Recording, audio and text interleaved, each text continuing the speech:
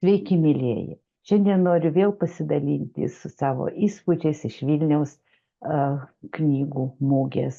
Skaitau knygas parsivešusi iš knygų mugės. Ir šiandien man toks gražus rytas, pas mus saulėtas, ir pasinorėjo paskaityti poezijos. Ir noriu šiandien jūs supažindinti su miela, gražia moterim, pradedančia poetė Renata Kulbickaitė iš Vilniaus. Ji yra mano kolegė, ji studijuoja šiuo metu praktikos slaugytoja socialinių mokslų kolegijoje ir rašo iš širdies, rašo labai gražias eiles. Aš noriu jums pristatyti šiandien jos knygą, jos išleistą knygą. Tai štai tokia Ne taip panorėjo dangus.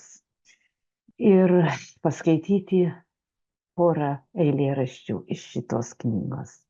Labas, meilė, kaip tu gyveni? Ar visus tu aplankyti spėjai? Man smalsu. Per lietų tu nesušlampi? Koks mėnuo mielesnis? Liepa ar rugsėjis?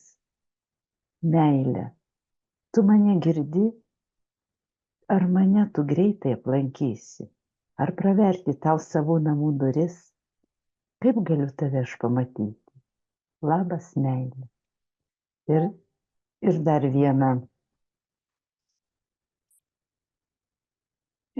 vieną eilėraštį, trumpą eilėraštuką iš šios knygos. Tyliai, švelniai paliesiu šį rytą, įsipilsiu skaniausios kavos, po gurkšnelį aš gersiu gyvenimą, meilės vasaros tyliai ilgiuos.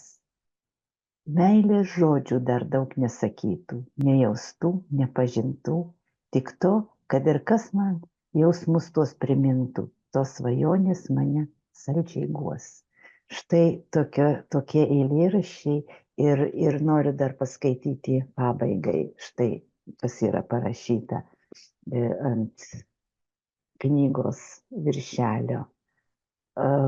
O tu, balta skaistė svajonė, nuplukdžius mintis horizonte, nematoma lyna įtempus, mintis kūne ieško balanso, krenti tarsi pūkas į delnus ir kūnas išplaukia lengvai. Atsargiai mes bandom pagauti tave realybės sparnais. Renata Kulbickaitė. Rekomenduoju aš jums paskaityti šios poetės eiles. Jūs galite ją atrasti Facebooko puslapyje, kuriuo aš pasidalinsiu čia aprašymuose. Ir jūs labai tikiu, kad turėsite malonumą paskaityti jos nuostabias eiles. Dėkoju visiems ir iki kito pasimatymo.